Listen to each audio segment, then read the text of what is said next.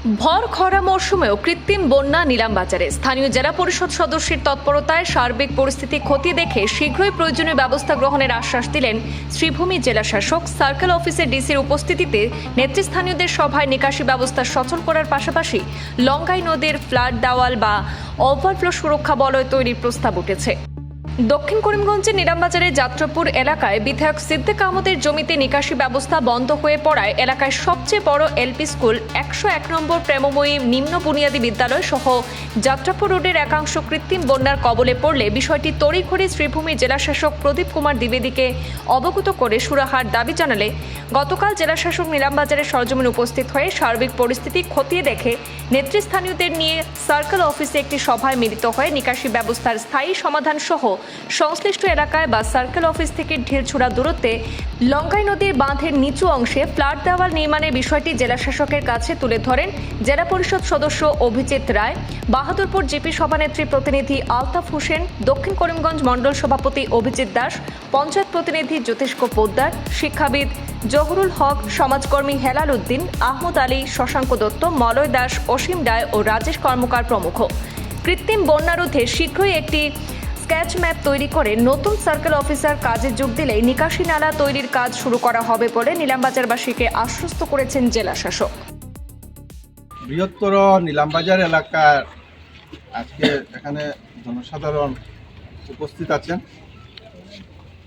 সকালবেলা আমরা নিলামবাজার এলাকাতে আমরা সবাই গুরুজনদেরকে নিয়ে আমরা কিছু ড্রেনের সমস্যা পরিদর্শন করতে যাই। সেই সঙ্গে কিছু জিনিস আমি দেখতে পাই। দেখার সঙ্গে সঙ্গে আমি ওইখান থেকে এই ডিসি মহোদয়কে আমি ওনার সঙ্গে সম্পর্ক করেছি। উনি আমাকে কথা দিয়েছেন যে আজকে পাথারকান্দিতে ওনার একটা প্রোগ্রাম ছিল, সেই প্রোগ্রাম শেষ করে উনি আমাদের সঙ্গে বসবেন। সেই সুবাদে সার্কেল অফিসে উনি এসেছেন, আমাদের সঙ্গে খুব সৌহার্দ্যমূলক আলাপ আলোচনা হয়েছে।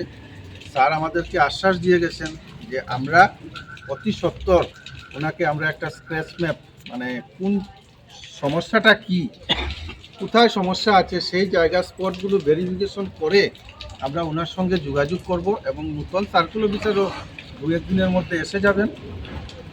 আসার পরে উনি একটা বিহিত ব্যবস্থা নেবেন।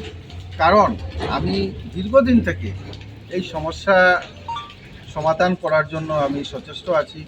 আমাদের সঙ্গে উপস্থিত আছেন আমার মণ্ডল সভাপতি অভিজিৎ দাস মহাশয়, আমার বাহাদুরপুর জিপি প্রতিনিধি আমার আলতাফ ভাই, এখানে সুলেমান উপস্থিত আছেন বাজার কমিটির আমার আহমেদ ভাই, এখানে ওয়ার্ড সদস্য জ্যোতিষ্ক পোদ্দার সহ আমার এখানে হেলাল ভাইও উপস্থিত আছেন। এখানে আমার স্যার মুরব্বী, যথেষ্ট সচেতন নাগরিক এখানে উপস্থিত হয়ে আজকে যে আলাপ আলোচনা যেটা হয়েছে, এটার মুখ্য উদ্দেশ্যই হলো এখানে একটা পাবলিক ল্যান্ডের উপরে একটা রাস্তা পিডব্লিউডি করার পর এই সমস্যাটা বেড়ে গেছে। আপনারা নিশ্চয়ই দেখতে পাবেন 101 নং স্কুলের সম্মুখে দেখবেন এখানে ড্রেনের জমা জল ওভারফ্লো করে রাস্তার উপরে উঠে গেছে।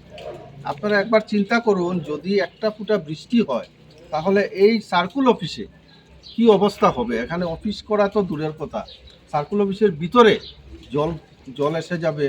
আর যদি ভালো টিকে যদি বৃষ্টি হয় তাহলে নদী ওভারফ্লো হয়ে এখানে ফ্লাড হয়ে যাবে। এখানে কোনো ড্রেনের সমস্যা আছে, ড্রেন নেই, রাস্তা হয়ে গেছে, ড্রেন নেই। আর যে বা যারা রাস্তার কাজ করেছে ড্রেন অর্ধসমাপ্ত করে রেখে গেছে। তো ওটাও আমরা বলেছি যে একটা ড্রেন, অনেক সময় আমাদের ড্রেনের সমস্যা যেটা আছে এটা অতি সত্বর সমাধান না করলে বৃহত্তর নিলামবাজার অঞ্চল জলের তলে থাকে।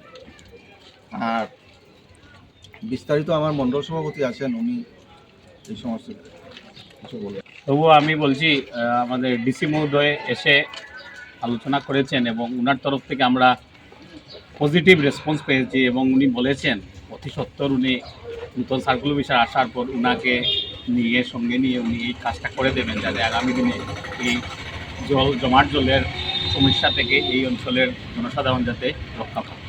এবং আমাদের ডিসি মহোদয়ের উপর আমাদের আস্থা আছে, উনি যা বলেছেন উনি নিশ্চয় করবেন।